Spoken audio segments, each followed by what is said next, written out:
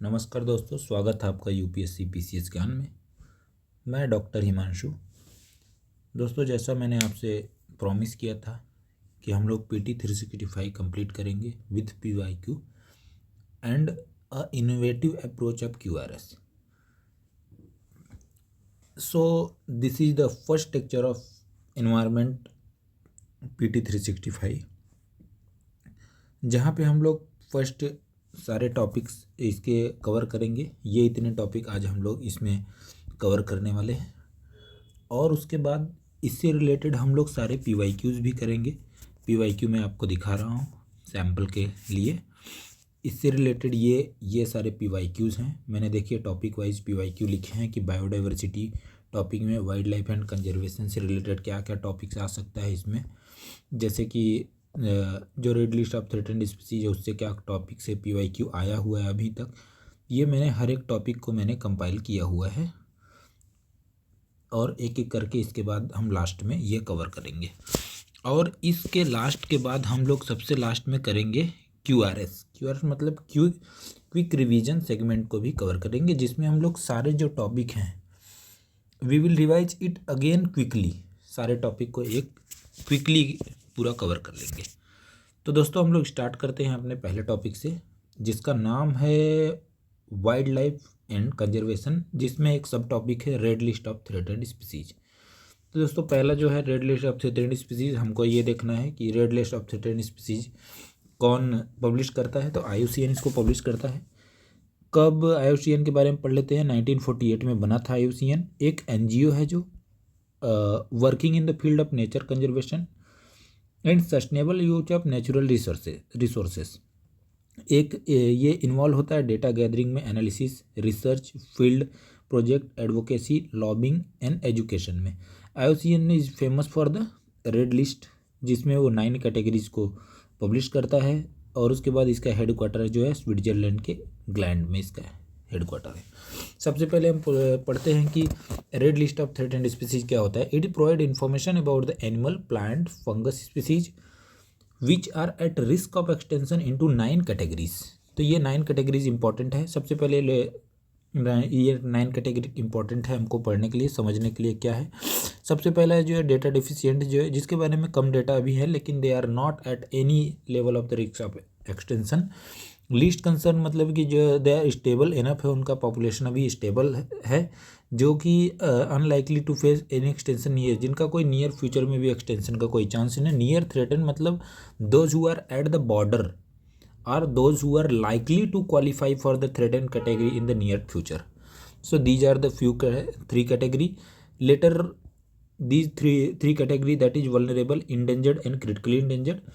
Here we will distinguish between all three because the question will be framed according to their question will be framed for their distinction between these three. तो vulnerable मतलब में मतलब यहाँ पे बोल रहा है कि facing a high risk of extension, high risk of extension यहाँ पे बात कर रहा है। इंडेंजर्ड में जो रहेगा very high risk of extension में। क्रिटिकली इंडेंजर्ड जो है वहाँ पे critically extremely high risk of extension का 3 बात रहा।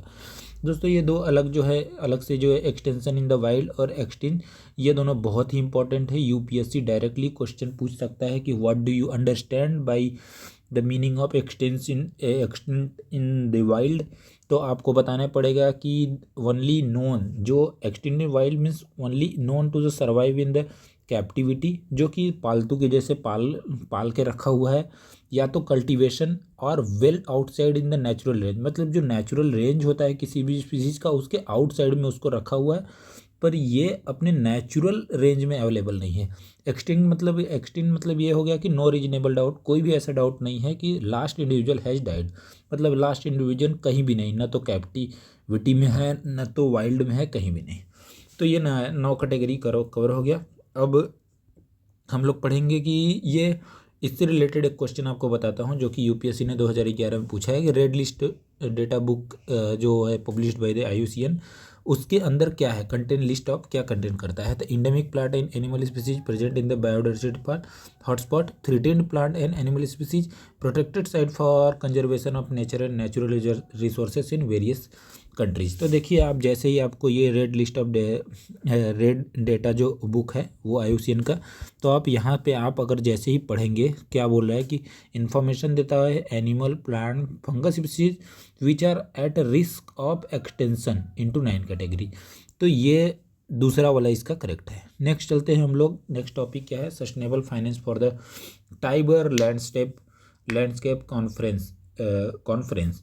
तो ये SFTLC जो है एक आप समझ लीजिए कि ऑर्गेनाइजेशन टाइप का है, जो कि 6 ये क्या करता है, increase support for the tiger protection and its landscape. मतलब टाइगर को प्रोटेक्ट करना और उसके हैबिटाट को प्रोटेक्ट करने का जो ये एक ऑर्गेनाइजेशन है, by using new financial strategies, अलग अलग फाइनेंशियल स्ट्रेटजी को at end global partnership at state in the Paro statement में। पारो स्टेटमेंट एक हुआ था जिसमें उन्होंने ये फाइनेंशियल स्ट्रेटजी और बहुत सारे पार्टनरशिप करके $1 बिलियन जो मोबिलाइज करना है 2034 तक to protect the tiger and its landscape means habitats को। तो कभी भी सस्टेनेबल मतलब होता है कोई भी चीज़ें जो कि सारे इकोनॉमिक सोशल और जोग्राफिकल को कंसीडर करके कोई भी चीज़ें जब करते हैं तो उसमें जो होता है वो सस्टेनेबल होता है। तो सस्टेनेबल फाइनेंसिंग मतलब कोई भी इन्वेस्टमेंट जो सोशल तो इकोनॉमिक सोशल और इन्वायरमेंटल सोशल और जोग्राफिक को कंसीडर किया जाता है जो कि हार्म ना करे, इसलिए उसको बोलते हैं हम लोग सस्टेनेबल फाइनेंसिंग। तो ये हो गया। उसके बाद यहाँ पे बोल रहा है TCC मतलब कि टाइगर कंजर्वेशन कोलिशन जो है, it is an independent group of organisation brings together leading biologist को साथ में लाता है, एक्सपर्ट्स को लाता है। क्या फोकस क्या करता है, focus on achieving the tiger conservation का।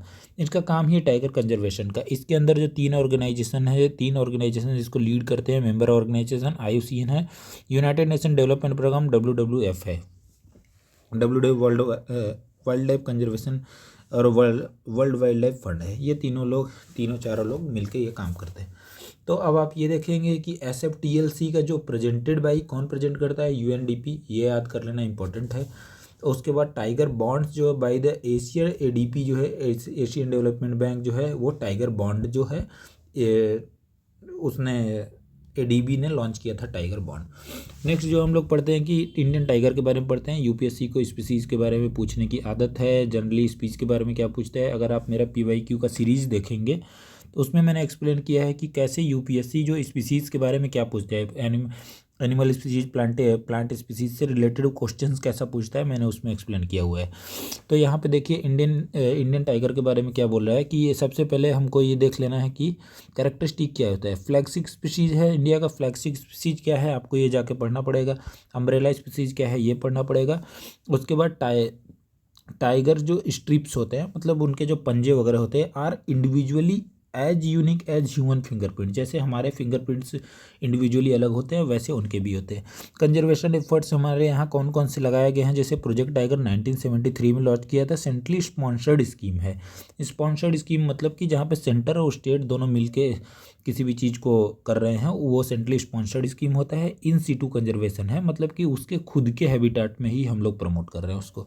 नेशनल टाइगर कंजर्वेशन अथॉरिटी है, स्टैट्यूटरी बॉडी है, किसके अंदर बनी है, वाइल्ड लाइफ प्रोटेक्शन एक्ट 1972 के अंदर, जो कि 2006 में अमेंडमेंट किया गया था 1972 का, तो NTCA बनाया गया है। To administer the project tiger को इवन जो होता है बाउंड्री जो होता है बाउंड्री का जो जैसे कि टाइगर रिजर्व है और उसके बाद नेशनल पार्क है, उनके जो बाउंड्री का भी जब एडजस्टमेंट किया जाता है तो NTCA से परमिशन लेना पड़ता है। नेशनल एनिमल ऑफ इंडिया भी डिक्लेयर किया गया टाइगर को। एमस्ट्रिप जो होता है ये एक डिजिटल मॉनिटरिंग सिस्टम है जिसमें हम लोग इसके टाइगर के स्ट्रिप्स को हम लोग मॉनिटर करके बताते हैं कि कौन सा टाइगर है और उसके बाद नंबर ऑफ टाइगर्स कितने हैं और मेल है कि फीमेल है, ये सब हम लोग मॉनिटर करते हैं। ग्लोबल टाइगर इनिशिएटिव भी है, वर्ल्ड बैंक के द्वारा ये लॉन्च किया गया है। ये इंपॉर्टेंट है, याद कर लेना कि वर्ल्ड बैंक ने ग्लोबल टाइगर इनिशिएटिव 2008 में लॉन्च किया है। ग्लोबल टाइगर फोरम है, इंटरनेशनल इंटर गवर्नमेंटल बॉडी है। उसके बाद कंजर्वेशन एश्योर्ड टाइगर स्टैंडर्ड जो CATS जो है, ये भी टाइगर को आप टाइगर के हैबिटाट को कितना ज़्यादा प्रोटेक्ट किया उसके बारे में। तो आपको ये याद करना देख लेना आप एक बार गूगल पे सर्च करके इंडियन टाइगर रिजर्व है स्टेटस ऑफ CATS, कौन कौन से टाइगर रिजर्व को CATS का स्टेटस है ये याद। बाकी इस ये भी टॉपिक हो गया हमारा। ये जो टाइगर लैंडस्केप दिया है इसको पढ़ने की ज़रूरत नहीं है। अब नेक्स्ट टॉपिक जो है वो हम लोग पढ़ेंगे इसमें। हाँ, टाइगर जो रिजर्व यहाँ पे जो हमने पढ़ा ये ज़्यादा एक इम्पॉर्टेंट चीज़ है कि आपको ये देखना है कि IUCN में स्टेटस क्या है। तो ये बोल रहा है कि इंडेंजर्ड है, ये याद कर के रखना है। और ये याद रखिए कोई भी स्पीसीज जनरली अगर मोस्ट इम्पॉर्टेंट स्पीसीज है वो, और मैं तो वो हमेशा वाइल्ड लाइफ प्रोटेक्शन एक्ट के शेड्यूल 1 में रहेगा।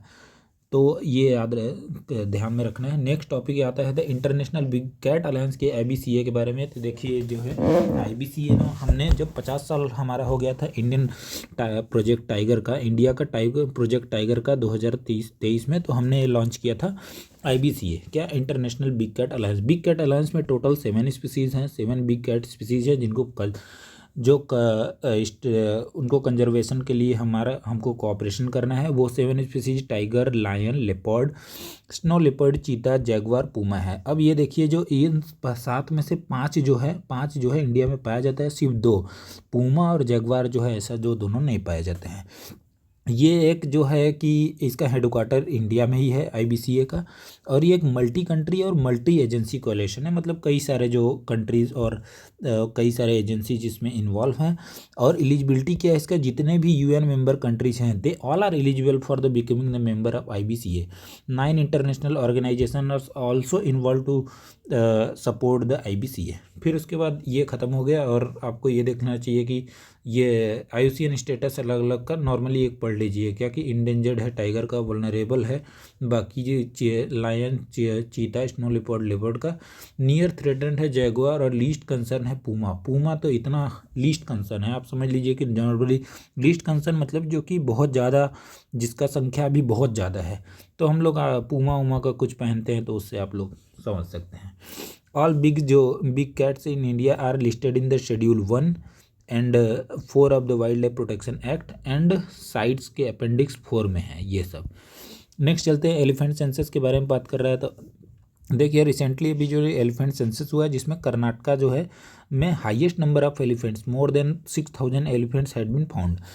उसके बाद जो है तो इसके बारे में आगे पढ़ लेते हैं कि एलिफेंट, इंडियन एलिफेंट के बारे में हम लोग पढ़ेंगे। फिर स्पीसीज आ गया। देखिए स्पीसीज का UPSC ने PYQ भी पूछा है इससे रिलेटेड, मैंने यहाँ पे ये PYQ मार्क किया है। सबसे पहले हैबिटाट के बारे में पढ़ रहे हैं। India is home to over 60% of the world elephant population. 60% world का पॉपुलेशन इंडिया में ही रहता है। एलिफेंट का हाईएस्ट पॉपुलेशन कहाँ पे है, कर्नाटका में, उसके बाद आसाम में है और केरल। मतलब आप जैसे इंडिया हुआ तो आप जैसे ही यहाँ से कर्नाटका, फिर आसाम, फिर केरल, ये 3 जगह पे है। कुम्की एलिफेंट कैसे होते हैं जो कि used in India for captive Asian elephant that are for captive Asian elephant. मतलब वो एक एलिफेंट को अपने पालतू के जैसा रखा जाता है, उनको ट्रेन किया जाता है जो अदर जो वाइल्ड एलिफेंट्स होते हैं उनको ट्रैप करने के लिए। उसके बाद जो है कैरेक्टरिस्टिक क्या वाला, हाईली इंटेलिजेंस एनिमल होता है, सबको पता है। कम्युनिकेशन वगैरह में भी सोफिस्टिकेटेड फॉर्म ऑफ कम्युनिकेशन करते हैं। लाइफ स्पैन जो होता है 60 to 70 ईयर है। जेस्टेशन पीरियड मोस्ट इंपॉर्टेंट चीज़ है, कोई भी इसका जो बिहेवियर कैरेक्टरिस्टिक होता है वो इंपॉर्टेंट ही होता है। स्पीसीज का जेस्टेशन पीरियड जिसका 20 to 22 मंथ्स तक होता है। Longest gestation period in the all the mammals. UPSC ने PYQ इससे रिलेटेड पूछा है। Leader of an elephant group कौन होता है, फीमेल होती है। उसके बाद देखिए थ्रेड, जो किसी भी स्पीसीज का थ्रेड पढ़ना हो तो आप पढ़िए मत, एक बार ही पढ़ लेंगे समझ जाएंगे कि सबका क्या होता है।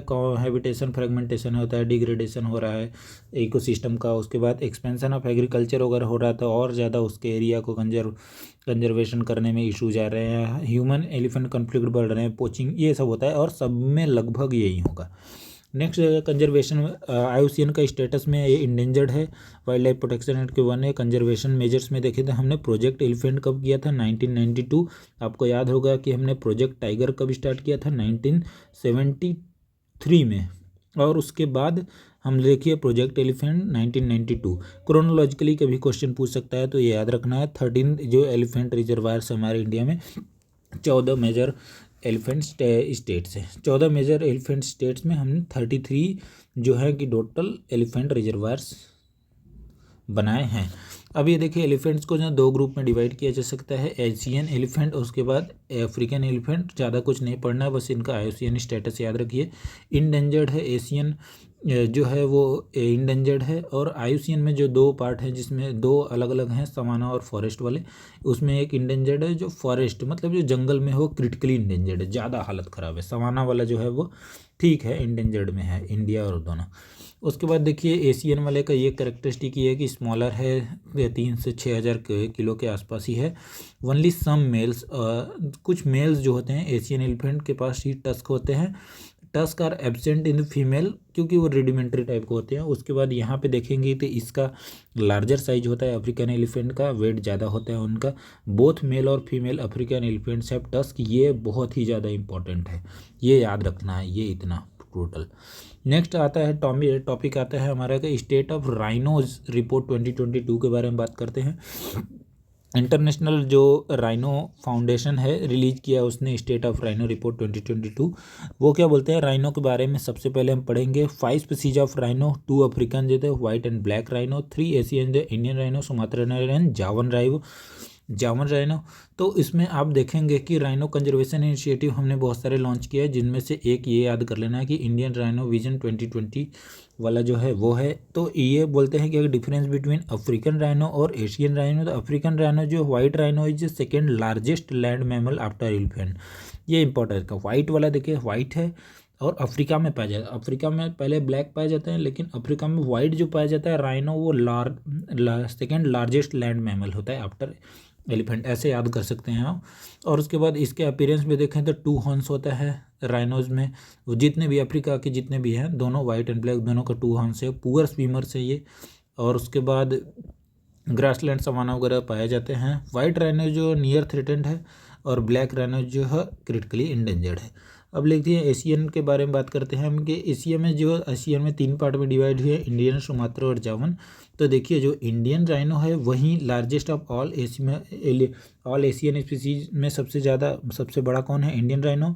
सबसे ज़्यादा साइज में भी है और नंबर में भी सबसे ज़्यादा है, इसलिए जो इंडियन राइनो है वो वल्नरेबल में है, क्योंकि हमने जो इंडियन राइनो मिशन है जो 2020 वाला, उससे हमने बहुत ज़्यादा कंजर्वेशन का जो हमने स्टेप्स लिया था उससे बहुत ज़्यादा हेल्प किया है उनके कंजर्वेशन में। सुमात्रन राइनो और जावन राइनो जो ये दोनों जो हैं क्रिटिकली इंडेंजर्ड हैं।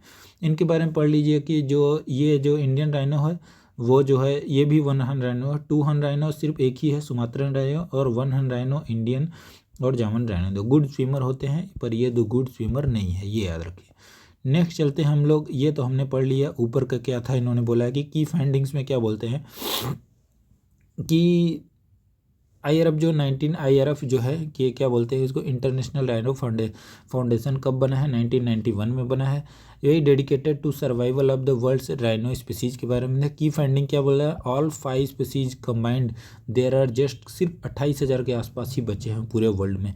राइनो पोचिंग इन अफ्रीका क्या इंक्रीज हो गया है 2022-23 में। Number of the rhinos increase but greater 1 हन राइनो इंडियन नंबर, जो इंडिया के 1 हन राइनो जो हैं वो जो नंबर है सेम है, ना तो घटा है ना तो बढ़ा है। नेक्स्ट चलते हैं, ये भी टॉपिक खत्म हो गया। ग्रेट इंडियन बस्टर्ड के बारे में बात कर रहे हैं, तो देखिए बस्टर्ड रिकवरी प्रोग्राम लॉन्च किया है किसने, bustard recovery BRP, bustard recovery programme 2013 से 2033 के लिए। इसीलिए वो जो किसने लॉन्च किया है, ministry of environment forest and climate change ने। Approve fund for the next 2023-20 के लिए। तो आपको ये याद रखना है कि बस्टर्ड रिकवरी प्लान क्या है, कवरेज ऑफ स्पीसीज, इसमें कौन कौन से स्पीसीज कवर होते हैं, ग्रेट इंडियन बस्टर्ड है, लेसर फ्लोरिकन, जिसमें से तो लेसर फ्लोरिकन 2 हैं इसमें कवर कर दे। प्रोजेक्ट इंप्लीमेंट करेगा वाइल्ड लाइफ इंस्टीट्यूट WII इसको प्रोजेक्ट को इम्प्लीमेंट करेगा। फंडिंग कहाँ से होगा, कैंपा से, कैंपा अथॉरिटीज़ को करेगी। कैंपा अथॉरिटी क्या करता है, compensatory afforestation for management and the planning.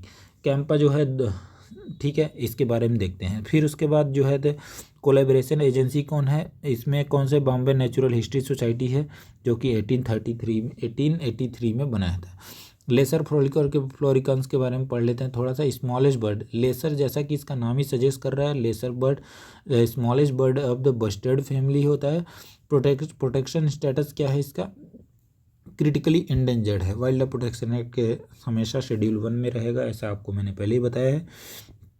अब यहाँ पे देख लेते हैं कि ये जो है मैंने जो यहाँ पे लिखा हुआ है कि कैंपा के बारे में लिखा हुआ है, उसके बाद Bombay natural history society Campa को एक्सप्लेन किया हुआ है यहाँ पे। ये सब स्टैटिक पोर्शन है, मैं आपको लास्ट में बताऊंगा।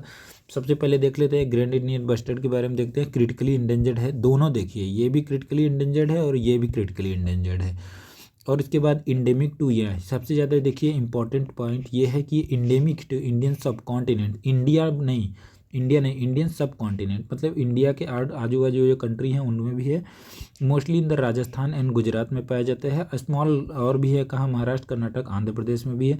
कंजर्वेशन एफर्ट्स में हमने बोला ही कि GIB West Indian western conservation breeding centre कहाँ पे है, राजस्थान में है। Artificial insemination of the national breeding centre कहाँ, जैसलमेर में है। और भी बहुत सारे कंजर्वेशन मेजर्स हमने लिए हुए हैं। और उसके थ्रेट के बारे में पढ़ ही लेना आप अपने से। बाकी जो है ये SRP का भी जो 22 स्पीसीज है, मतलब स्पीसीज रिकवरी प्रोग्राम के 22 जो स्पीसीज है उसके अंदर भी ये कवर्ड है, तो ये भी एक कंजर्वेशन मेथड हो गया। कैरेक्टर की है एग्रो ग्रासलैंड ओमनीवर्स होते हैं, ये याद रखना है कि ओमनीवर्स होते हैं। लैकिंग फ्रंटल विजन, ये भी याद रखना है इसके फीचर। मेल्स जो होते हैं इसके play no role in the incubation and care of the young. बाकी ऊपर के दो कुछ स्टैटिक पोर्शन मैंने जो कवर करे उसको देख लेते हैं। कैंपा जो है इस्टेब्लिश किया गया था by supreme court 2022, national advisory council for monitoring technical assistance and evaluation of the compensatory afforestation fund. Compensatory afforestation fund जो होता है वो फंड तब लिया जाता है जब कोई जो फॉरेस्ट लैंड को नॉन फॉरेस्ट लैंड में कन्वर्ट करता है, उस टाइम उसको फंड देने पड़ते हैं, इसमें जमा करना पड़ते हैं। इस फंड को यूज करके हम अलग फॉरेस्ट डेवलप करते हैं, तो उसी को ये जो कैंपा जो होता है वो मॉनिटर करता है, टेक्निकल असिस्टेंट करता है और इवेल्युएशन करता है उसका। बॉम्बे नेचुरल हिस्ट्री सोसाइटी के बारे में पढ़ लीजिए। 1833 कंजर्वेशन के लिए होता है। बॉम्बे नेचुरल हिस्ट्री सोसाइटी जो अपन IUCN का जो रेड लिस्ट है उसमें जितने भी पक्षी आते हैं, जितने भी बर्ड्स वगैरह आते हैं उनको भी ये बॉम्बे नेचुरल हिस्ट्री सोसाइटी ही सजेस्ट करता है। और हमने शायद ये इसके सारे स्टैटिक पार्ट भी कर लिए हैं। नेक्स्ट टॉपिक पे आते हैं हम लोग, जैसे कि क्रोकोडाइल कंजर्वेशन प्रोजेक्ट है। तो क्रोकोडाइल कंजर्वेशन CCP कब लॉन्च किया गया था, 1975 विथ असिस्टेंट ऑफ UNDP और FAO। कहाँ लॉन्च किया गया था, उड़ीसा के भितरकनिका नेशनल पार्क में लॉन्च किया गया था। अब हमारे यहाँ देखिए एक स्टैटिक में मैंने यहाँ पे लिखा हुआ है 3 पार्ट हैं। 3 टाइप के होते हैं क्रोकोडाइल, क्या, घड़ियाल, मगर और साल्ट वाटर क्रोकोडाइल। घड़ियाल का IUCN स्टेटस क्या है, क्रिटिकली इंडेंजर्ड है, वल्नरेबल है, मगर वाला। घड़ियाल जो है फिश ईटिंग है, फिश वगैरह खाता है, फ्रेश वाटर में रहता है, लॉन्गेस्ट ऑफ ऑल, ये याद रखना, लॉन्गेस्ट ऑफ ऑल घड़ियाल है। फ्रेश वाटर स्पीसीज है और सॉल्ट वाटर क्रोकोडाइल। ये मगर जो है fresh water species, salt water crocodile के बारे में पढ़ लीजिएगा। अदर नेशनल पार्क उड़ीसा में कौन कौन से हैं, सिमलीपाल है, भितरकनिका तो दिया ही हुआ है यहाँ पे। इंडिया का सेकेंड लार्जेस्ट मैंग्रोव इकोसिस्टम किसके बाद, सुंदरवन के बाद। सुंदरवन जो है तो वर्ल्ड का लार्जेस्ट जो है वो मैंग्रोव इकोसिस्टम है। उसके बाद home to the largest congregation of the salt water crocodile. सबसे ज़्यादा साल्ट वाटर क्रोकोडाइल कहाँ पे हैं, भितरकनिका में है, इसीलिए तो यहाँ पे क्रोकोडाइल कंजर्वेशन प्रोजेक्ट हमने लॉन्च किया था। कौन से ईयर में, 1975 में। क्रोकोडाइल के बारे में देख लिए हैं, largest survival species of the vertebrate class Reptilia. घड़ियाल के बारे में हमने पढ़ ही लिया, क्रिटिकली इंडेंजर्ड है। कैरेक्टरिस्टिक में नेम घड़ियाल due to the bulbous knob at the end of their, the long narrow snout के पास, उसका नाक के पास उसका बल्बस होता है, इसीलिए उसको बोला ही गया है क्या, घड़ियाल। उसके बाद जो प्राइमरी जो क्या होता है, फिश ईट्स फिश, जो हम मैंने ऊपर लिखा हुआ है। नेक्स्ट आते हैं फंगा के बारे में, देखिए ये क्या है, रिकॉग्निशन एंड द कंजर्वेशन। यहाँ पे डायरेक्ट जो है फंगाई जो फाउंडेशन जो उसने क्या बोला है कि UN biodiversity through UN biodiversity क्या किया, उसने अर्ज किया पीपल से कि जो फंगा है वो उसको यूज किया जा चाहिए कलेक्टिवली फॉर फ्लोरा और फोना। मतलब फ्लोरा और फोना अलग अलग जो बोलने से अच्छा है कि आप फंगा बोलिए। अब देखिए RS चुटकर ने 5 पार्ट में इसको 5 किंगडम जो दिया था उसमें 5 कौन कौन से थे, monera, protista, animalia, fungi and plenty.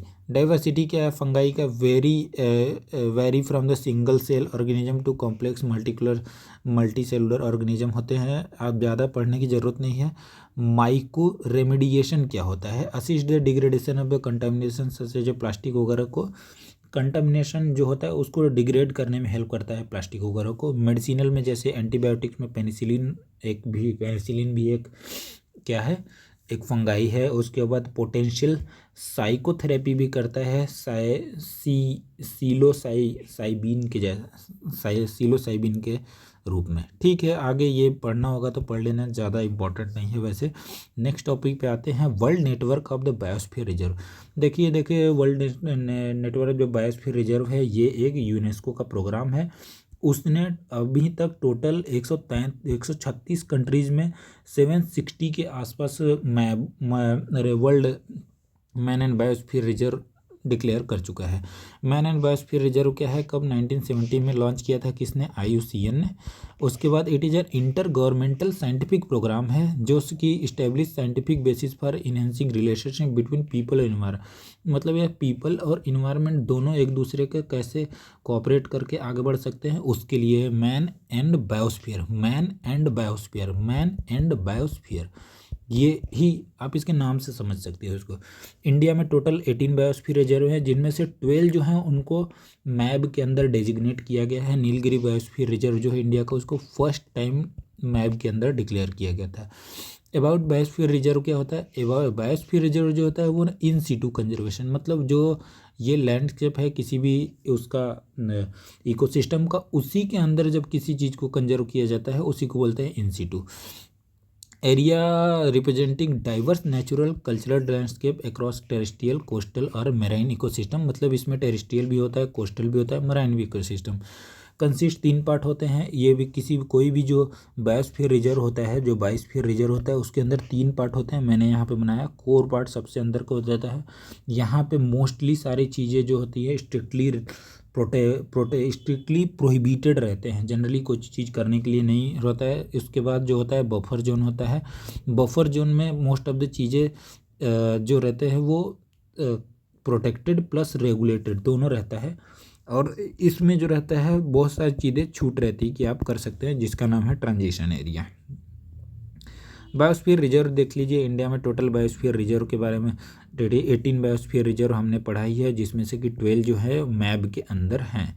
इसमें से आपको कुछ चीज़ ये भी ध्यान रखना पड़ेगा कि जो कुछ बायोस्फीयर रिजर्व हैं वो यूनेस्को वर्ल्ड हेरिटेज साइट भी हैं, नेचुरल वर्ल्ड हेरिटेज साइट है, और कुछ जो है वो मिक्स साइट हैं। तो आपको ये ध्यान में रखना है। ऊपर से ऊपर देखते हैं, कोल्ड डेजर्ट जो है ये कहाँ पे है, ये हिमाचल प्रदेश में है। नंदा देवी बायोस्फीयर रिजर्व उत्तराखंड में है। कच्छ बायोस्फीयर रिजर्व कहाँ पे, गुजरात में है। पन्ना जो है मध्य प्रदेश में है। 5 मरीज मध्य प्रदेश में। अचानक अमरकंटक कहाँ पे है, छत्तीसगढ़ में। नीलगिरी तमिलनाडु, केरल और कर्नाटक के बॉर्डर पे है, कॉर्नर में एकदम ऊपर यहाँ पे। अगस्त्यमलई जो है केरल में है, गल्फ ऑफ मन्नार तमिलनाडु में है। और उसके बाद ग्रेट निकोबार जो है कहाँ, निकोबार आइलैंड पे है। शेषाचलम जो है आंध्र प्रदेश में है। शिमलीपाल उड़ीसा में है, शिमलीपाल उड़ीसा में है। उसके बाद सुंदरबन जो है वो कहाँ, वेस्ट बंगाल में है। नोकरेक बायोस्फीयर रिजर्व कहाँ पे है, मेघालय में है। और उसके बाद जो है दिबांग अरुणाचल प्रदेश जो है अरुणाचल प्रदेश में है। डिब्रू सिकोहा जो है आसाम में है। मानस नेशनल पार्क और बायोस्फीयर रिजर्व कहाँ पे है, आसाम में ही है। और कंचनजंगा जो बायोस्फीयर रिजर्व है और नेशनल पार्क भी है वो सिक्किम में है। ये आपको याद करने की ज़रूरत है। इको सेंसिटिव एरिया के बारे में अब हम पढ़ेंगे। नेक्स्ट टॉपिक है इको सेंसिटिव एरिया। देखिए इको सेंसिटिव एरिया या जोन वो एरिया होते हैं जो कि identify environmental resource having in comparable value requiring special attention for the conservation. ऐसे एरिया जिनका बहुत ज़्यादा वैल्यूज है, किसमें, लैंडस्केप में, वाइल्ड लाइफ में, बायोडाइवर्सिटी में, हिस्टोरिकल और नेचुरल वैल्यू बहुत ज़्यादा है। तो उसको कंजर्व करने के लिए एक स्पेशल अटेंशन देने की ज़रूरत है। तो ये इको सेंसिटिव जोन कौन डिक्लेयर करता है, नोटिफाइड बाय सेंट्रल गवर्नमेंट। किसके अंडर में, under the environment protection act 1986 के अंडर किया जाता है।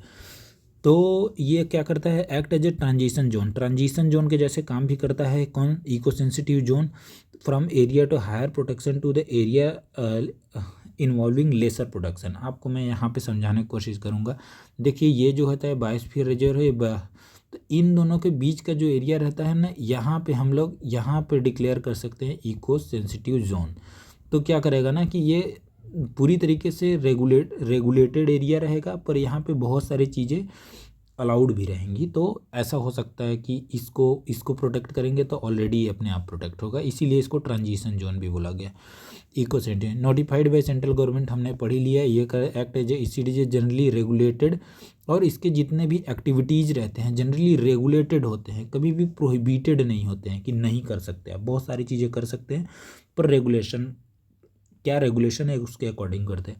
जैसे कि आप यहाँ पे देख सकते हैं कि प्रोहिबिटेड, रेगुलेटेड और परमिटेड 3 पार्ट में डिवाइड किया गया है। आपको ये याद करने की ज़रूरत है कि कौन कौन से एक्टिविटीज़ प्रोहिबिटेड हैं, रेगुलेटेड और परमिटेड अकॉर्डिंगली। आगे जो है आपको ये जो इन्होंने बोला है कि कर्नाटका गवर्नमेंट ने रिजेक्ट किया कस्तूरी रंजन कमेटी को, तो मैं आपको बताता हूँ कस्तूरी रंजन कमेटी और गड़गी कमेटी, ये दोनों कमेटी आई थी वेस्टर्न घाट को प्रोटेक्ट करने के लिए। सबसे पहले गड़गी कमेटी आई थी, कब 2010 में आई थी, प्रोटेक्ट करने के लिए वेस्टर्न घाट को। तो इन्होंने क्या, देखिए जो वेस्टर्न घाट जो है ये वेस्टर्न घाट जो है यहाँ के गुजरात से लेके ऐसे पूरा है। तो वेस्टर्न घाट को 64% ऑफ द एरिया को west economic sensitive area declare करने के लिए गड़गी कमेटी ने रिकमेंड किया था। तो कस्तूरी रंजन उसके बाद जो है उसी को कवर करने के लिए क्या कस्तूरी रंजन कमेटी बनाएगी, जिसने बोला कि नहीं 64% की ज़रूरत नहीं है, 37% of the area should be declare as a eco sensitive zone of the Western Ghat. तो यहाँ पे कर्नाटका जो है वो maximum area of the Western Ghat is the part of the Karnataka, so Karnataka here rejected the Kasturi Rangan committee recommendation. और उसके बाद नेक्स्ट जो है इसमें हम लोग पढ़ लेंगे कि वेस्टर्न घाट क्या है। वेस्टर्न घाट के बारे में हम पढ़ लेंगे कि वेस्टर्न घाट में पासेस कौन से हैं, जैसे कि थाल में भोजन परोस, TBP ऐसे याद करिए, नॉर्थ टू साउथ, थाल में भोजन परोस ऐसे याद करिए। और उसके बाद हाईएस्ट पीक इसमें अनाईमुड़ी जो है। और उसके बाद ये आप डायरेक्ट इस पे पढ़ लीजिए कि रीजनल नेम में सह्याद्री कहाँ बोलते हैं, महाराष्ट्र में, नीलगिरी कहाँ पे बोलते हैं, कर्नाटक और तमिलनाडु में, अन्नामलाई एंड कार्डेमम कहाँ है, केरल, और उसके बाद Tamil Nadu. One of the world क्या eighth hottest hotspot of the biological diversity है, मतलब 8 हॉटस्पॉट है, जिसमें से एक ये भी है। कवर क्या 6% of area, land area India का कवर करता है, 30% ऑफ ऑल प्लांट फिश, और उसके बाद हर्पेटो, फोना, फ्लोरा, फंगा, मतलब 30% ऑफ द इंडिया के ये सब सारी चीज़ों को ये कवर करता है। यूनेस्को ने 2012 में इसको यूनेस्को वर्ल्ड हेरिटेज साइट से क्लियर कर दिया था। यहाँ के 2 इंडेमिक स्पीसीज हैं, UPSC ने इनके ऊपर क्वेश्चन 3 बार पूछ चुका है, नीलगिरी थार, उसके बाद लायन टेल्ड मकाऊ। ये देख लीजिए कौन कौन स्टेट में है, गुजरात में है, महाराष्ट्र में, गोवा, कर्नाटक, केरल, तमिलनाडु में फैला हुआ है ये। नेक्स्ट हम लोग टॉपिक पढ़ेंगे जिसका टॉपिक का नाम है अदर रिलेटेड न्यूज़ में हम देखेंगे कि ये बोले हैं IPBES क्या है। ये एक जो intergovernmental platform on the biodiversity and ecosystem services, ये क्या है, independent intergovernmental body to strengthen science policy interface for the biodiversity and ecosystem service के लिए। It is not a UN body but united nation environment programme UNEP जो है provide secretariat service to the IP बेस को। Secretariat service कौन provide करता है, UNEP। तो अगर क्वेश्चन फ्रेम कर देगा UPSC कि जो IP base is the UN body and secretariat service of IPBS is provided by UNEP, तो ये वाला सही है, ये ध्यान रखना कि ये कोई भी एक UN बॉडी नहीं है। नेक्स्ट आते हैं हम लोग कि ये क्या बोल रहे थे, integrated development of the wild life habitat के बारे में बात कर रहे हैं। तो ये क्या है, सेंट्रली स्पॉन्सर्ड अम्ब्रेला स्कीम, किसके द्वारा लॉन्च किया गया, मिनिस्ट्री ऑफ इन्वायरमेंट ने लॉन्च किया है। इसका मेन जो पर्पज़ क्या है, सपोर्ट द प्रोटेक्टेड एरिया, कौन से national park, wildlife century, conservation reserve और कम्युनिटी रिजर्व वगैरह से protection of the wild life outside the protected area में।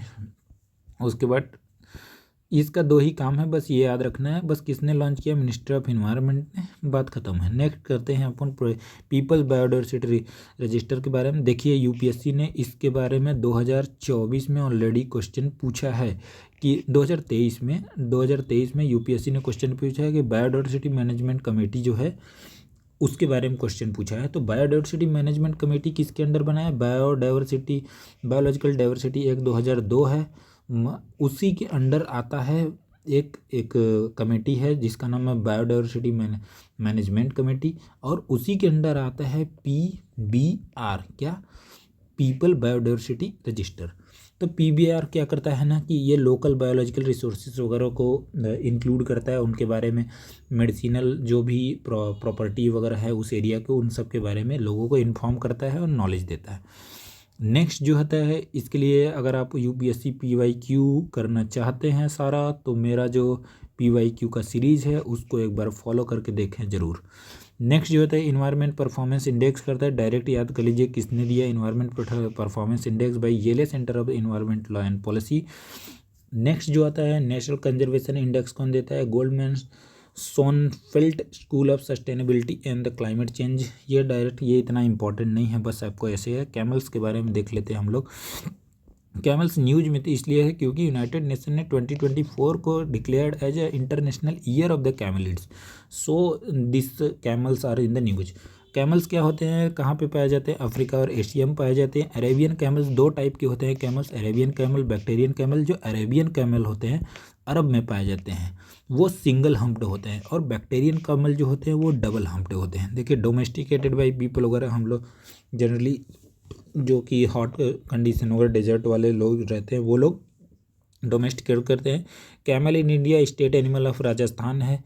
उसके बाद Kharai camel swim along the distance in sea to eat mangroves, mangroves को खाने के लिए ये रहता है। PYQ है 2016 का, खराई कमल के पास UPSC ने पूछ चुका है क्वेश्चन, ध्यान से देखना है। अभी मैं जब PYQ कवर करूंगा तो उसमें मैंने बताया हुआ है।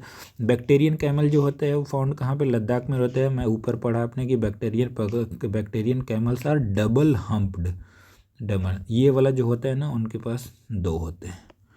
नेक्स्ट जो होता है फॉरेस्ट के बारे में आ गया, हमारा टॉपिक चेंज हो गया जिसका नाम है फॉरेस्ट। फॉरेस्ट के बारे में देखिए हम लोग पढ़ेंगे, सबसे पहले पढ़ेंगे कि ये है एक पेरिस एग्रीमेंट हुआ था 2015 में, जिसमें COP 2021 of UNFCCC is the result. उस COP 21 ऑफ UNFCCC में पेरिस एग्रीमेंट हुआ था। United nation framework of conservation of climate change के बारे में है ये क्या है, पेरिस एग्रीमेंट है intergovernmental treaty of the reduce green house gas emission limit global warming. तो यहाँ पे UN रेड के बारे में बात करें। UN रेड का आपको ध्यान देना है कि मीनिंग क्या है। जैसे ही आप इसका फुल फॉर्म पढ़ेंगे आप समझ जाएंगे क्या बोलता है। United nation programme on reducing emission from deforestation and forest degradation, मतलब इमिशन को रिड्यूस करना है, डिफॉरेस्टेशन को कम करना है और फॉरेस्ट डिग्रेडेशन को भी कम करना है। ये फ्लैगशिप जो है UN नॉलेज और advisory programme on the forest and climate with focus on advancing the Paris agreement 2008 में लॉन्च किया गया था। इसको लॉन्च करने में 3-4 जो ऑर्गेनाइजेशन है उनका बहुत ज़्यादा सहयोग है। FAO है, UNDP है, UNEP है, ये याद कर लेना कौन कौन से 3 एजेंसीज जो हैं इनसे इन्वॉल्व हैं। India is also the part of this, ठीक है। रेड प्लस भी है सेम ही, उसी को अपग्रेड करके रेड प्लस बना। नेक्स्ट जो आता है टॉपिक है international arrangement on forest, IAF के बारे में पढ़ते हैं हम लोग। तो IAF के बारे में हम लोग सबसे पहले यहाँ पढ़ेंगे कि 2000 में बनाया गया है as a successor to intergovernmental panel on the forest and intergovernmental forum the forest. ये याद करने की ज़रूरत बिल्कुल नहीं है, आपको बस ये याद करना है कि 2000 में बना था। इसका ऑब्जेक्टिव क्या है, promote the management conservation sustainable development all types of forest को मैनेज करना है, कंजर्व करना है, सस्टेनेबल डेवलप करना है सारे टाइप्स को। इसके 5 कंपोनेंट्स हैं, ये याद करने की बिल्कुल ज़रूरत नहीं है। डायरेक्ट हम लोग पढ़ेंगे कि United nation strategic plan for forest क्या है। 2017 से 2030 तक का इसका एक प्लान है जिनमें उन्होंने गोल्स दिए हुए हैं। टोटल 6 गोल्स हैं, एक बार रफली पढ़ लीजिएगा, याद करने का कोई ज़रूरत नहीं है। वर्ल्ड बैंक का अभी जो ये रिपोर्ट आया है वो रिपोर्ट क्या बोल रहा है कि वर्ल्ड अभी जो है इन्होंने जो रिपोर्ट दिया है उसमें क्या बोलते हैं, world is off track to achieve the global forest goals by 2030। मतलब जो वर्ल्ड है ना अपने ट्रैक पे नहीं है कि वो लोग जो अपना ग्लोबल गोल है जो ये 6 गोल है उसको अचीव कर सके। इंडिया का जो फॉरेस्ट का जो है वो पास्ट 10 ईयर में जो फॉरेस्ट कवर जो है वो इंडिया का बढ़ा ही है। जो 17 स्टेट है इंडिया के have more than 33% of their area under the forest cover. और यहाँ पे जो ये हो गया टॉपिक ख़त्म। नेक्स्ट टॉपिक पे आते हैं मैंग्रोव कंजर्वेशन के बारे में। देखिए मैंग्रोव जो है ना यूपीएससी का एक फेवरेट टॉपिक है, even not prelims also in the mains they generally asked the question about the mangroves. PYQ 2011 में भी यूपीएससी ने मैंग्रोव पे क्वेश्चन पढ़ लिया है। तो सबसे पहले हम लोग पढ़ेंगे कि मैंग्रोव क्या है, स्टेट ऑफ मैंग्रोव अंडमान, और जो सबसे पहले मैंग्रोव ही पढ़ लेते हैं। मैंग्रोव और ecosystem services provide by mangrove क्या है, located primarily on the tropical, सब ट्रॉपिकल और warm temperate coastal covering approximate 50% of the total cost line. World का टोटल जो कोस्ट लाइन है उसका 50% जो है मैंग्रोव्स ने कवर किया है। सर्विसेज बहुत सारे प्रोवाइड करता है, कार्बन सिक्वेस्ट्रेशन में काम करता है, biodiversity conservation, disaster risk reduction वगैरह में काम करता है। स्टेट ऑफ जो हमारे यहाँ देखे कि status of the mangroves India में देखे तो हमारा जो है मैंग्रोव कवर इंडिया जो है वो बढ़ा है कितना, 17 स्क्वायर किलोमीटर, मतलब 0.34% बढ़ा है प्रीवियस असेसमेंट के हिसाब से। यहाँ पे जो मेन रिपोर्ट में क्या बोलता है, कंजर्वेशन रिपोर्ट में ये क्या बोलते हैं, IUCN का रेड लिस्ट जो होता है वहीं रेड लिस्ट में ही उन्होंने बोला है कि मैंग्रोव इकोसिस्टम के बारे में। तो वो क्या बोलते हैं कि इंडिया का जो status of India mangrove Andaman और जो बे ऑफ बंगाल है उसको लीस्ट कंसर्न में है। अंडमान और बे ऑफ बंगाल वाले जो मैंग्रोव लीस्ट कंसर्न में, साउथ इंडिया वाले क्रिटिकली इंडेंजर्ड है, वेस्ट इंडिया वाले वल्नरेबल है। बस ये जनरली याद करके रखना है। इंडिया ने कौन से इनिशिएटिव लिया है मैंग्रोव कंजर्वेशन के लिए, मोस्ट इम्पॉर्टेंट है मिस्टी प्रोग्राम। किसने लिया है, ministry of environment forest and climate change ने।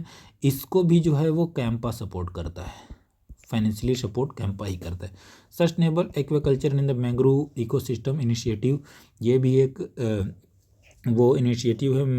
मैजिकल मैंग्रोव कैंपेन जो है वर्ल्ड वाइड जो फंड है वो, और इंडिया वो इसको करता है, सपोर्ट करता है।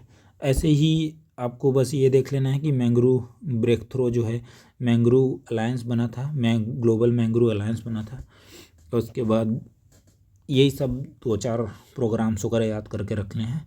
देख लीजिएगा कि इसमें से कौन ज़्यादा तो इम्पोर्टेंट नहीं लग रहा है, 1-2 जो इम्पोर्टेंट है वो मैंने मार्क कर दिए हैं। नेक्स्ट जो टॉपिक आता है अदर रिलेटेड न्यूज़ में, फॉरेस्ट एडवाइजरी कमेटी के बारे में।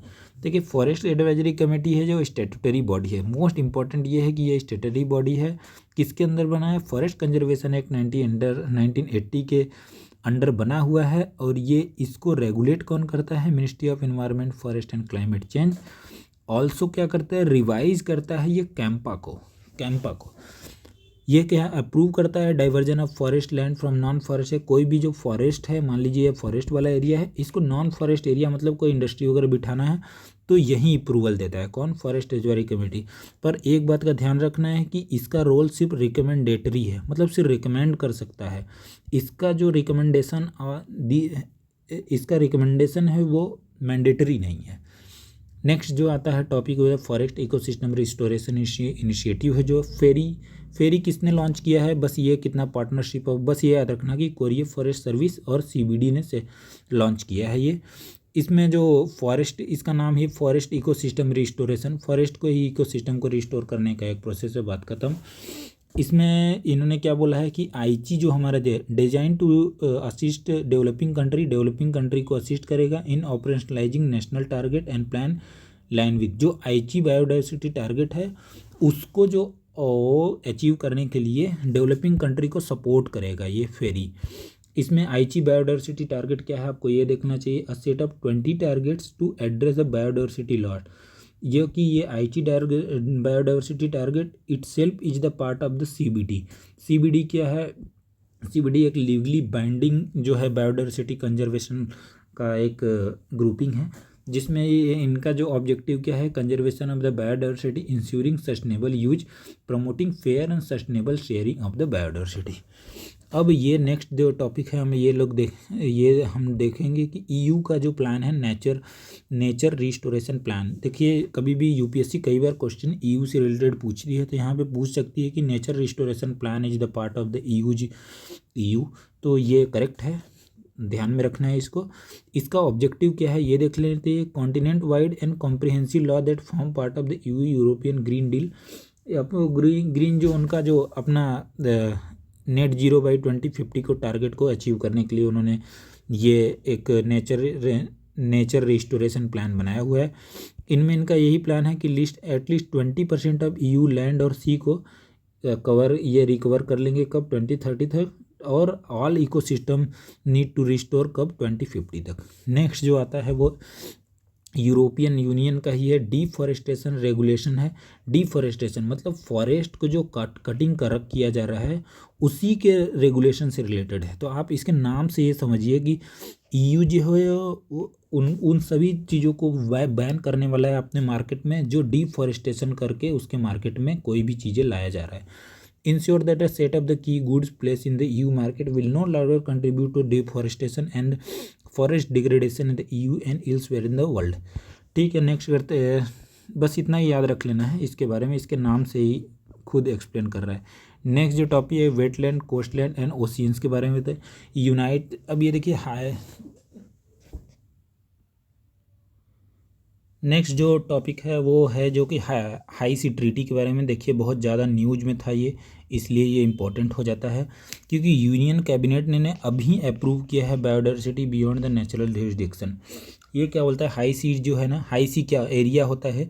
UN क्लॉज के हिसाब से high sea are all parts of the sea that are the not included in the किसी के EEZ जो होता है इकोनॉमिक इंक्लूसिव इकोनॉमिक जोन का जो पार्ट नहीं है। 200 नॉटिकल, जैसे ये कोई कंट्री हो गया 200 नॉटिकल माइल्स के बाद का जो पार्ट है उसी को बोलते हैं हम हाई सी एरिया। ये हाई सी एरिया पे जो होता है, हाई सी एरिया जो होता है वो कॉमन गुड होता है, मतलब सबके लिए एक समान होता है। UN जो क्लॉज है डिमार्केटेड डिफरेंट जोन में, जैसे टेरिटोरियल सी के होता है 12 नॉटिकल माइल्स तक होता है। कॉन्टेजियस जो जोन होता है 24 नॉटिकल माइल्स तक होता है। EEZ जो होता है 200 नॉटिकल माइल्स तक होता है। तो यहाँ पे जो ग्लोबल कॉमन जो होता है हाई सी को ही बोलते हैं। देखिए ग्लोबल कॉमन, जैसे मैंने पहले ही बताया, इसमें क्या होता है कि ये कंसिडर ग्लोबल कॉमन सबके लिए एक बराबर होता है। Belong no one and everyone enjoy equal rights there.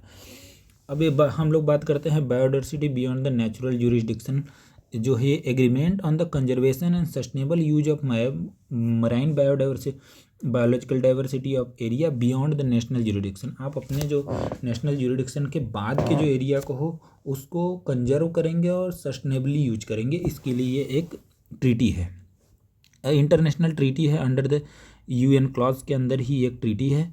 और उसके बाद it will be third implementation agreement under UN clause. उसके बाद ये अडॉप्ट कब किया गया है 2023। It is open for the signatory for 2 years और ये लीगली बाइंडिंग है। इंपॉर्टेंट ये है कि ये लीगली बाइंडिंग है। ऑब्जेक्टिव क्या है, conservation and sustainable use of marine biodiversity of area beyond national jurisdiction. ऊपर ये दोनों सेम ही चीज़ है। आगे चलते हैं हम लोग, ज़्यादा इसके बारे में कुछ पढ़ने की ज़रूरत है नहीं। यहाँ पे आपको देखना है तो आप जाके देख सकते हैं कि ये UN क्लॉज के बारे में पढ़ लीजिए। UN क्लॉज जो होता है ये comprehensive international law for the legitimate behaviour on use of sea and ocean anywhere, adopted कब 1982, इनफोर्स 1994। उसके बाद जो ऑलमोस्ट यूनिवर्सल एक्सेप्टेंस है 170 स्टेट्स ने इसको किया है और इसी ने इस्टेब्लिश किया है इंटरनेशनल सी बेड अथॉरिटी। अब आप पूछेंगे कि इंटरनेशनल सी बेड अथॉरिटी क्या है, तो ISA जो है ना ये बताता है कि आपका EEZ में और या तो कहीं भी आप कैसे माइनिंग कर सकते हैं किसी भी मिनरल्स का, यही आपको परमिशन देता है उसके लिए। कोरल ब्रीचिंग नेक्स्ट टॉपिक आ जाता है हमारा। कोरल जो होता है वो UPSC का one of the favourite topic है। हर साल UPSC 1-2 क्वेश्चन तो पूछ ही लेते हैं कुछ न कुछ कोरल से रिलेटेड। सबसे पहले हम ये पढ़ेंगे कि कोरल्स क्या होते हैं। Corals are the invertebrate animals होते हैं belonging to the large group of animal या नाइडेरिया से। एनिमल्स नाइडेरिया से बिलोंग करते हैं, मतलब ये एनिमल ग्रुप से। जनरली क्लासिफाइड क्या है, हार्ड कोरल्स और सॉफ्ट कोरल 2 टाइप के होते हैं। कोरल जो refers is the formed by the polyps of hard corals which establish symbiotic relation with किसे माइक्रोस्कोपिक एल्गी के साथ, जी जंतली के साथ सिम्बायोटिक रिलेशन के साथ ही ये लोग आगे बढ़ते हैं। ग्रोथ कंडीशन फॉर द कौन कौन से, देखिए इंपॉर्टेंट चीज़ ये है कि ग्रोथ कौन कौन से कंडीशन है जो ग्रोथ करेंगे कोरल्स में। वार्म जो होना चाहिए, जो वाटर टेम्परेचर होना चाहिए, वार्म होना चाहिए, साल्टी होना चाहिए, क्लियर। उसके बाद shallow water with stable temperature and abundant sunlight भी ठीक ठाक होना चाहिए। सिग्निफिकेंस ऑफ द रीफ क्या होता है, ये इसको देखे, यूपीएससी ने ऑलरेडी एक बार क्वेश्चन पूछा है कि rainforest of the ocean किसे वो बोलते हैं, तो रेन फॉरेस्ट ऑफ ओशियन इसको कंसीडर करते हैं कोरल को। Due to high biodiversity and productivity, support about 25% of the marine animal. उसके बाद minimise storm impact, protect promote tourism. जैसे देखिए कि ग्रेट बैरियर रीफ है ऑस्ट्रेलिया में ये, और उसके बाद हमारे यहाँ का जो वेस्टर्न साइड में है, क्या बोलते हैं उसे, क्या बोलते, ये लक्षद्वीप, और लक्षद्वीप आइलैंड जो वो भी कोरल्स का बना हुआ है। तो ये भी एक टूरिज़्म के लिए अच्छा एक सर्विस प्रोवाइड करता है टूरिज़्म से रिलेटेड। कौन कौन से फैक्टर रिस्पॉन्सिबल हैं जो कि इसको कोरल्स के ब्लीचिंग के लिए, तो ये देखिए इंक्रीज ओशियन टेम्परेचर, जब टेम्परेचर बढ़ जाता है तब due to the climate change की वजह से। तो रन ऑफ मतलब बहुत सारे पॉल्यूशंस वगैरह जा रहे हैं उसमें। तो एक्सट्रीम लो टाइड रहता है, तो बहुत हाई एक्सट्रीमली लो टाइड रहता है, तो ओशियन एसिडिफिकेशन की वजह से भी होता है, बायोलॉजिकल इन्वेजन की वजह से होता है, और इपिजोटिक्स मतलब पैथोजन रिलेटेड, अगर कोई जो बैक्टीरिया वायरसेस वगैरह के इन सब से रिलेटेड अगर कोई उनको इम्पैक्ट होता है तो इन केसेस में कोरल ब्लीचिंग होता है। ऊपर अब हम लोग देखेंगे कि हमारे initiative taken for the coral conservation के लिए, तो हमने जो CRZ डिक्लेयर किया हुआ है, क्या कोस्टल रेगुलेशन जोन वगैरह डिक्लेयर किया है, तो उसमें हम लोग बोलते हैं कि यहाँ तक आपको नहीं करना है, कुछ चीज़ें प्रोहिबिटेड रहते हैं। CRZ जो होता है वो इन्वायरमेंट प्रोटेक्शन एक्ट के अंदर डिक्लेयर किया जाता है। कोरल रीफ रिकवरी प्रोजेक्ट हमने भी लॉन्च किया है। और देखिए बायोरॉक टेक्नोलॉजी जो है ये कोरल्स को रिकवर करने के लिए किया जाता है, और ये UPSC 22 में PYQ पूछ चुका है, UPSC 22 में ऑलरेडी पूछ चुका है। ऊपर हम लोग देख लेते हैं कि कहाँ कहाँ पे हमारे यहाँ जो कोरल जो पाए जाते हैं, तो देखिए गल्फ ऑफ कच्छ, अरेबियन सी, लक्षद्वीप में, gulf of Mannar, Andaman and Nicobar में। इससे रिलेटेड एक PYQ आया हुआ है, मैं आगे उसको एक्सप्लेन करूँगा। देखते हैं, ये भी ग्लोबल इनिशिएटिव में इंटरनेशनल कोरल रीफ इनिशिएटिव है, the world coral conservation project भी है। नेक्स्ट जो है अपने रामसर साइट्स के बारे में पढ़ते हैं, बहुत ही फेवरेट टॉपिक है, और लगातार इंडियन गवर्नमेंट जो होता है रामसर साइट को इंक्रीज करते जा रहे हैं। इस टाइम शायद 89 या तो 90 के आसपास कोरल टोटल रामसर साइट्स हैं। देखिए वेटलैंड्स क्या होता है, an area that is saturated with water जो हमारे यहाँ का जो गड्ढे उड्ढे होते हैं, पोखरी उखरी, वो सब वेटलैंड में कंसीडर किए जाते हैं। Wetland must at least one of the 9 criteria, यहाँ पे वो 9 क्राइटेरिया नहीं दिया है, पर वो क्राइटेरिया आप सर्च कर सकते हैं। सिग्निफिकेंस क्या है, बायोडाइवर्सिटी हॉटस्पॉट के जैसे काम करता है। Wetland cover only 6% earth surface but support 40% of the global biodiversity. Function as the kidney of the earth, UPSC already question पूछ सकते हैं कि how wetland function as a kidney of the earth. कैसे, क्योंकि वो एक्वाटिक प्लांट को absorb करती है, हैवी मेटल्स को और एक्सेसिव न्यूट्रिएंट्स को एब्जॉर्व करते हैं। न्यूट्रिशनल साइकिल के जैसे काम करते हैं। कार्बन सिक्वेटर से। रामसर कन्वेंशन कब होता है, 1970 में साइन किया गया था, कहाँ पे, ईरान में। तो इसका जो ऑब्जेक्टिव क्या है, intergovernmental treaty for the conservation and wise, सिर्फ कंजर्वेशन नहीं है, वाइज यूज मतलब सस्टेनेबली यूज भी कर सकते हैं of wetland and their resources को।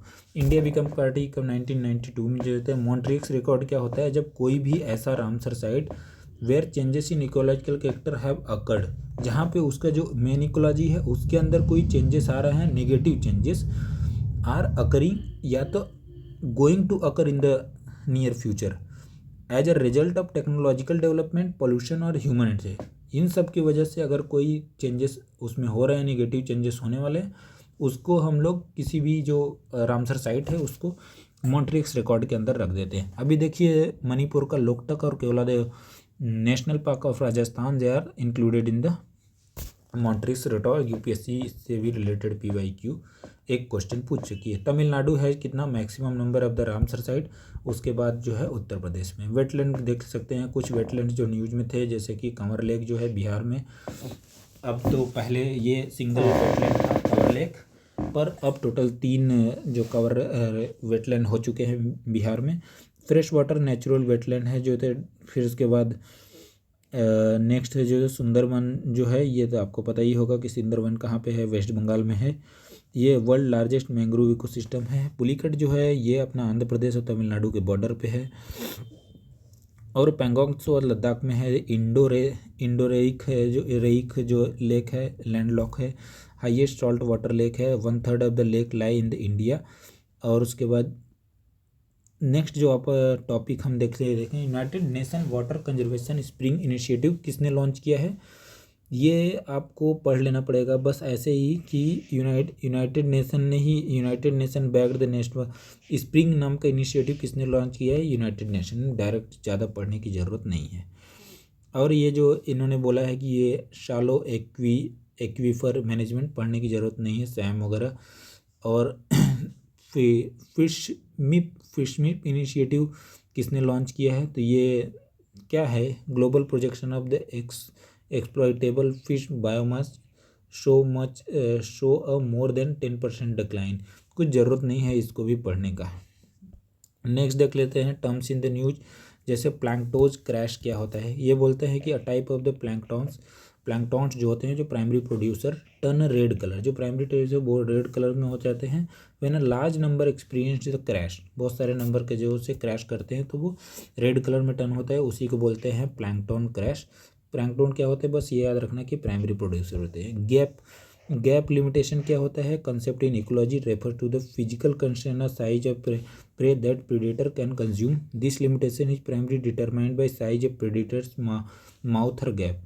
ये याद रख लेना। मेगाफोना क्या होता है, अब आप ये देखिए फ्लोरा और फाना, फिर उसके बाद कोई भी मेगा मतलब लार्ज साइज का, the above certain weight threshold के बाद, जैसे 50 kg के बाद भी मेगा फोना, चाहे वो मेगा हर्बीवर्स रहता है प्लांट ईटर्स हो, चाहे मेगा कार्निवर्स, चाहे मीट ईटर्स हो, मेगा ओमनीवर्स, चाहे बोथ होगा। और उसके बाद देखो स्ट्रोमेटोलाइट्स क्या होता है, ये range of the microbial community that are associated with the layer of the rock क्या है, जो लेयर से एसोसिएटेड रहते हैं वो माइक्रोबियल कम्युनिटी, उनको बोला जाता है स्ट्रोमेटोलाइट्स। स्ट्रोमेटोलाइट्स जो होते हैं they are particularly responsible for the great oxygenation event में होते हैं। और उसके बाद नेक्स्ट जो होता है इन्वायरमेंटल डीएनए के बारे में बात करें। E DNA organism DNA that is related in the environment from the cellular matter shared by the organism into aquatic और द टेरेस्ट्रियल इन्वायरमेंट। इससे क्या करते हैं हम लोग, use to detect the presence of the species and access biodiversity in the ecosystem. Speciation क्या होता है, वही जो होता है लीनिएज से अपना लीनिएज है उससे सेपरेट होने का जो प्रोसेस है, स्प्लिट होने का इवेंट है, उसी को बोलते हैं two more separate species produce two. और उससे जब एक कोई लीनिएज है उससे सेपरेट होने के बाद दो, उसी को बोलते हैं स्पीसीएशन। ये जो एलोपैट्रिक है, पेरीपैट्रिक है, पैरापैट्रिक है, सिम्पैट्रिक है, ये नॉर्मली पढ़ लेना। बायोल्यूमिनेसेंस क्या मतलब है कि इमिट लाइट, जब भी कोई चीज़ें चमकता है उसी के बारे में। जुगनू को भी इसी में कंसिडर किया जाता है बायोल्यूमिनेसेंस में। जो बायोल्यूमिनेसेंट जो होता है काउंटर इल्यूमिनेशन जो होता है कैमोफ्लेज का काम करता है। बहुत सारे आप देखेंगे कि जो समंदर गौरव में रेड टाइड आया जाता है वो एक बायोल्यूमिनेसेंस का एक एग्जाम्पल होता है। फैक्ट्री फार्मिंग क्या होता है, raising life stock and poultry in the high density facilities under the control condition for maximizing production efficiency and output of dairy products at a lower cost, उसी को बोलते हैं हम लोग फैक्ट्री फार्मिंग। वुडी इंक्रोचमेंट क्या होता है कि इंक्रीज, जैसे कि ट्री और श्रब का कवर बहुत ज़्यादा बढ़ जाना, उसी को वुडी इंक्रोचमेंट बोलते हैं। Green water and the blue water क्या होता है, green water refers to the moisture in the soil और वेजिटेशन के अंदर जो रहता है, मतलब वो अंदर जो छुपा रहता है उसी को बोलते हैं हम लोग ग्रीन वाटर। ब्लू वाटर जो होता है जो कि ग्राउंड वाटर होता है फाउंड इन लेक रिवर्स वगैरह, उसको ब्लू वाटर बोलते हैं। नेक्स्ट जो हमारा टॉपिक है वो है ऑर्गेनाइजेशन इन न्यूज। देखिए साइट्स के बारे में बात कर रहा है तो साइट जो है लीगली बाइंडिंग इंटरगवर्नमेंटल जो है एक एग्रीमेंट है जिसमें कि इंश्योर किया जाता है कि inter governmental trade in species of wild animal and plants does not threaten survival. किसी भी स्पीसीज का, चाहे वो एनिमल हो प्लांट हो, उसके ट्रेड से उसके लाइफ थ्रेटेंड में ना चला जाए, इसी को इंश्योर करना होता है। ये एक लीगली बाइंडिंग है। ये देखो साइट्स जो है ना, कभी IUCN रिजोल्यूशन के बाद ये पास हुआ था, 1975 में बना था ये। इंडिया इसका मेंबर है। साइट जो है इसके तीन टाइप्स के इसके जो अपेंडिक्स होते हैं, 3 लिस्ट में है। सबसे पहले कि अपेंडिक्स 1 में ये देखिए इंपॉर्टेंट है, तीनों स्पीसी अपेंडिक्स को याद करना इंपॉर्टेंट है। Threatened with the extension international commercial threatened is prohibit. अब इसमें कोई भी कमर्शियल ट्रेड वगैरह प्रोहिबिट किया गया है। और ये साइट 1 जो अपेंडिक्स 1 में रखा है। अपेंडिक्स 2 में species are not currently threatened, currently threat नहीं है पर बिकम सो विदाउट कंट्रोल, अगर नहीं किया गया कंट्रोल तो वो थ्रेटेंड हो जाएंगे नियर फ्यूचर में, तो वो अपेंडिक्स 2 में। अपेंडिक्स 3 में है जो, तो species are listed at a party request, कोई भी पार्टी जो होता है, कंट्री जो होता है वो रिक्वेस्ट करता है टू प्रिवेंट द अनस्टेबल और इलीगल एक्सप्लॉयटेशन को रोकने के लिए रिक्वेस्ट करता है, तो उसमें पार्ट 3 में इसमें अप्रोप्रिएट परमिट और सर्टिफिकेट्स वगैरह दिया जाता है, पर वो बहुत कंट्रोल्ड मैनर में होता है। साइट का जो रिपोर्ट्स वगैरह देख लेना, तो ग्लोबल पिक्चर रिपोर्ट देता है, world wild life trade report भी देता है। इंटरनेशनल IUCN के बारे में पढ़ लेते हैं, हमने ऑलरेडी पढ़ा है। IUCN क्या है, एक NGO 1948 में बना था। IUCN ग्रीन लिस्ट देता है, जबकि हम किसी भी स्पीसीज या तो किसी को कंजर्व करने में बहुत अच्छा एफर्ट लेते हैं, तो मतलब नियर थ्रेटेन से वल्नरेबल से फिर वो लिस्ट कंसर्न में जाने लगे, उसी को बोलते हैं कि ग्रीन लिस्ट में ऐड करना। और उसके बाद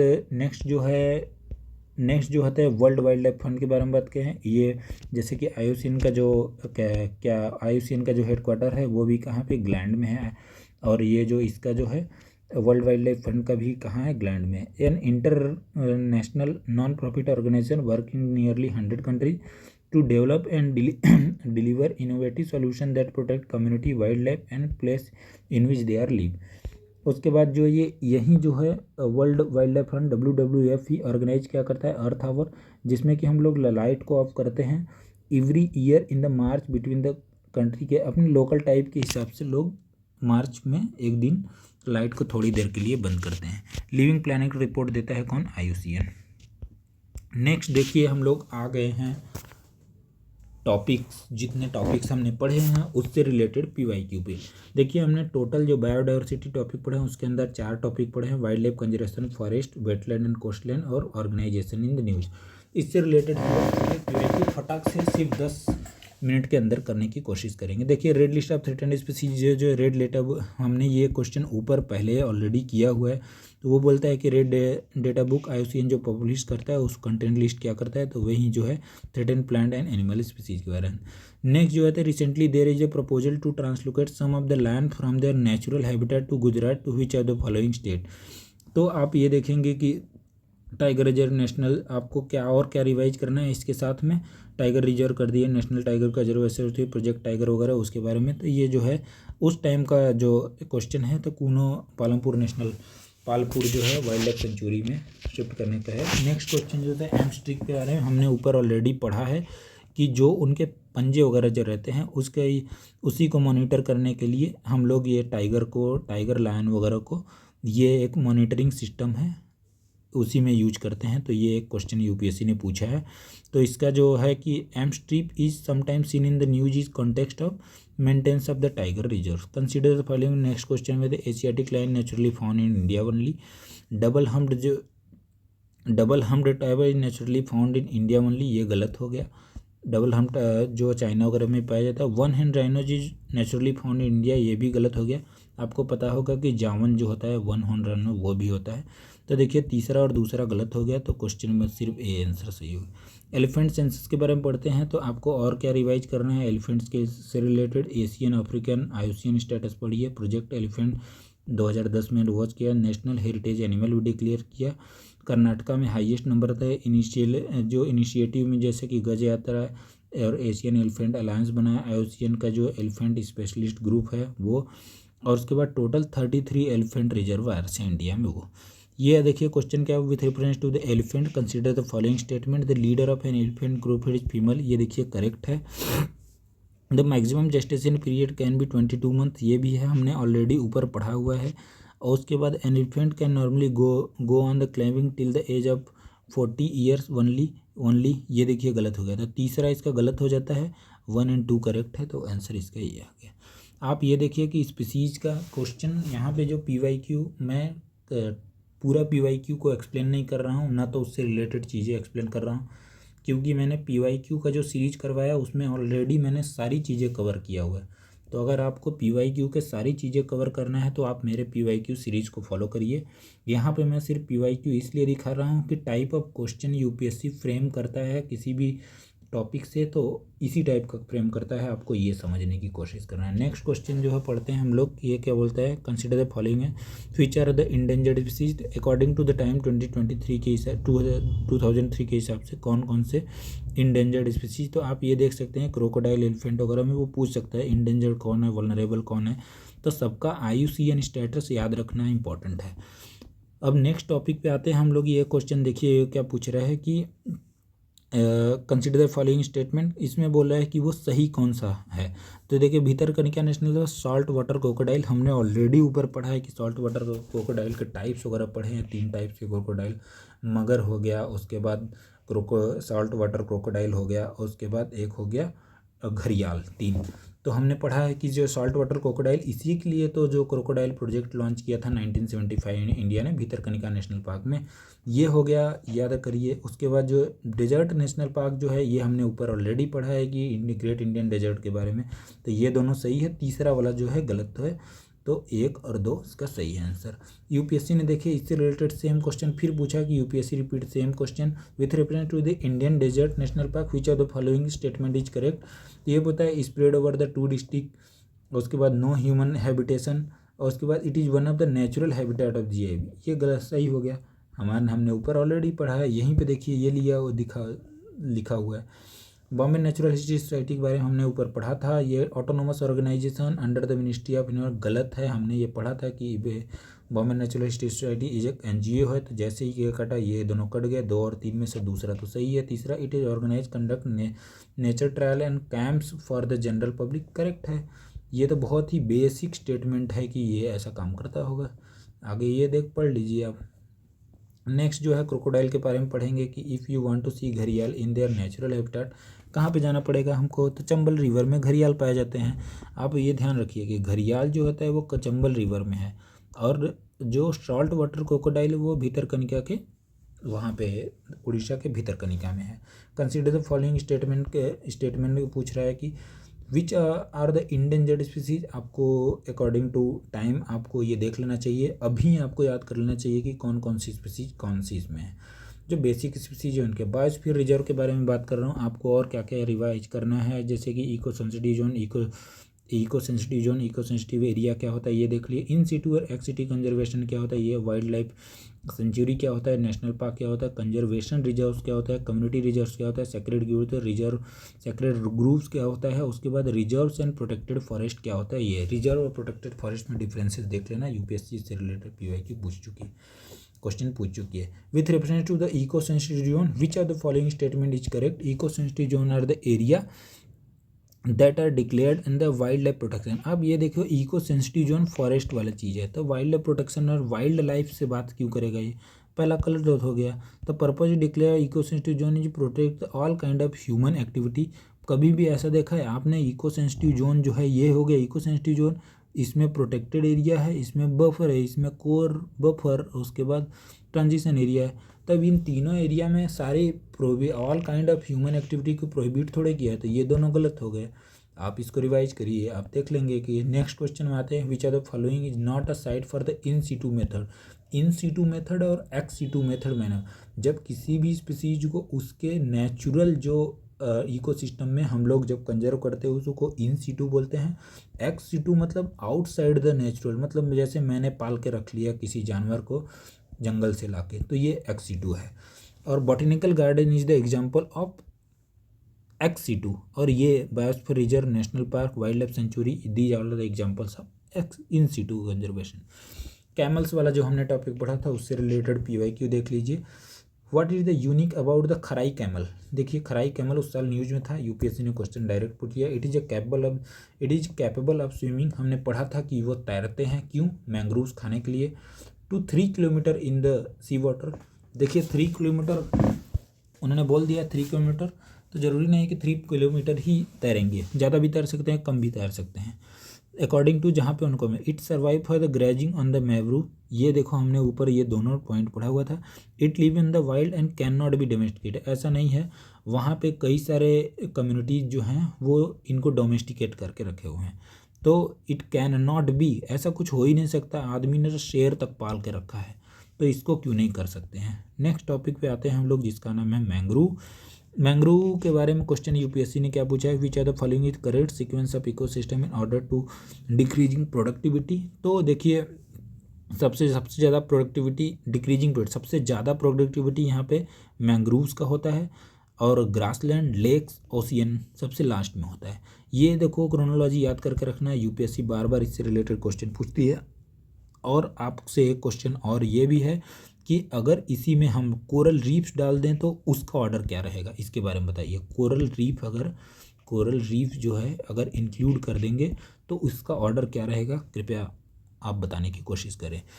इन नेक्स्ट क्वेश्चन है कि इन 2002 जो tsunami made people realise that mangrove can serve as a reliable safety hedge against the coastal calamities, how do mangrove function as a safety hedge. तो आपको ये ध्यान में देना है कि कैसे मैंग्रोव करता है। तो यहाँ पे मैंग्रोव स्वयं separate the human settlement from the sea by the wide range in which people neither live nor, ऐसा तो गलत हो गया।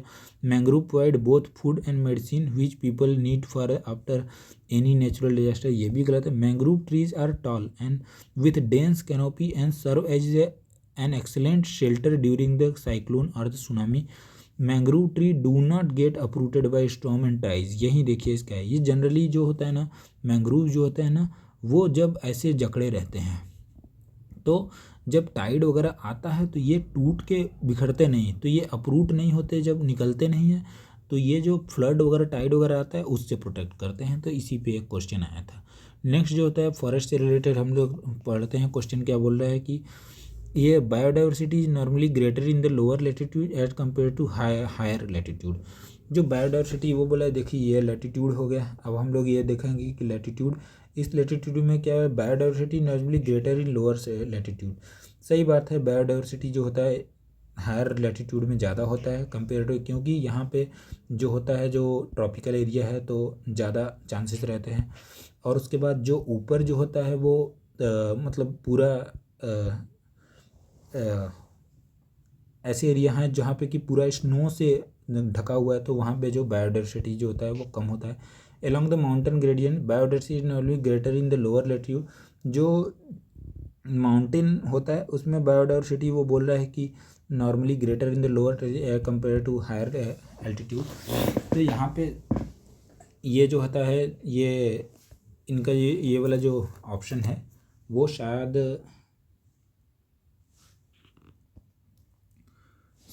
ये अलॉन्ग द माउंटेन ग्रेडियंट्स क्या बोलता है, biodiversity normally greater in the lower latitude as compare to the higher latitude. ठीक है, बोथ जो स्टेटमेंट है वो करेक्ट है। नेक्स्ट क्वेश्चन यहाँ पे आपको क्या रिवाइज करना चाहिए, ISFR जो है इंडियन स्टेट फॉरेस्ट्री जो रिपोर्ट है उसको आपको करना चाहिए, रिवाइज करनी है। ट्रॉपिकल टेम्परेट और बोरियल फॉरेस्ट वगैरह के बारे में पढ़ लेना चाहिए। नेक्स्ट क्वेश्चन जो है ये क्वेश्चन क्या पूछा है, बायोडाइवर्सिटी नॉर्मल ग्रेटर, सेम ही क्वेश्चन जो है ये रिपीट हो गया है। और नेक्स्ट क्वेश्चन जो आते हैं हम लोग कोरल्स, जो टॉपिक है कोरल्स उससे रिलेटेड। देखिए यूपीएससी ने बहुत सारे क्वेश्चन पूछे। अंडमान एंड निकोबार जो ये वो क्या बोल रहे हैं कि विच of the following have the coral reefs. तो देखिए जो हमने ऊपर जो है एक डायग्राम देखा था जिनमें देखा था कि जो कोरल रीफ्स वगैरह जो कहाँ पे पाए जाते हैं। तो देखिए जनरली जो अंडमान एंड निकोबार है वहाँ भी ये gulf of Kutch, gulf of Mannar, सब सुंदरबन के छोड़ के जो सुंदरबन एरिया है वहाँ पे कोरल्स नहीं पाए जाते हैं। वहाँ पे तो मैंग्रोव्स है ना। जो ये वाला एरिया है, जो ये एक मिनट ये देखिए ये वाला जो एरिया है वहाँ पे तो मैंग्रोव्स है ना, और कोरल्स जो हैं यहाँ पे है, यहाँ पे इधर है जगह।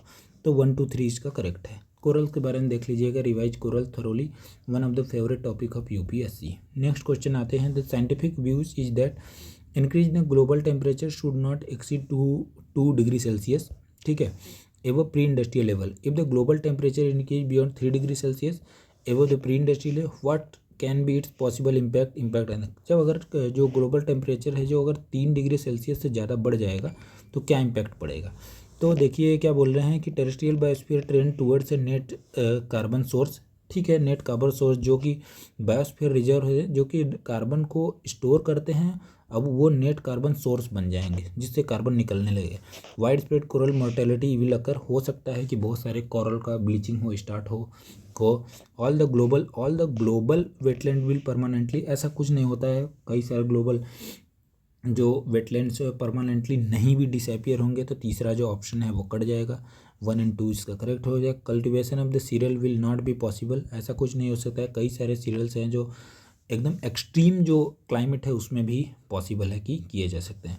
नेक्स्ट क्वेश्चन है कोरल पे ही। क्वेश्चन 2022 में यूपीएससी ने पूछा कि बायो टेक्नोलॉजी से आप क्या समझते हैं। तो bio technology restoration of damage coral के बारे में ही बात करता है। वेटलैंड एंड रामसर साइट के बारे में हमने पढ़ेंगे हम लोग। वेटलैंड रामसर साइट के बारे में देखेंगे इसके बाद। ये लास्ट क्वेश्चन है शायद। हमने ऊपर जो है वेटलैंड रामसर,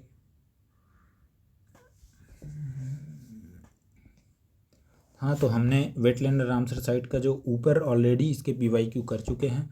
इसी के साथ ये हमारा पूरा जो वो है PYQ का, अरे इन्वायरमेंट PT का पार्ट फर्स्ट ख़त्म होता है। Thank you so much for your patience. आपने अपना सजेशन ज़रूर बताना है इसमें और क्या चेंजेस लाया जा सकता है। और QRS सिस्टम हमने during the revision and during the PYQ analysis हमने अप्लाई कर दिया था, आपने ध्यान दिया होगा। तो हर एक टॉपिक को हमने सारे टॉपिक लिखे हुए हैं कि कौन कौन सा टॉपिक साथ में ही रिवाइज करना है, और उसको आपको जब आप PYQ करें तो तुरंत एट अ टाइम रिवीजन करते रहें। Thank you so much for your support. कृपया अपना जो रिव्यू देना ना भूलें। आप अगला जो इसका जो लेक्चर रहेगा वो हम ट्राई करेंगे कि 3 ही लेक्चर में हम लोग टोटल पूरा PT का इन्वायरमेंट का ख़त्म कर दें। तो आपके जो फीडबैक रहेंगे वो हमारे लिए काफ़ी इम्पोर्टेंट रहेंगे। Thank you so much.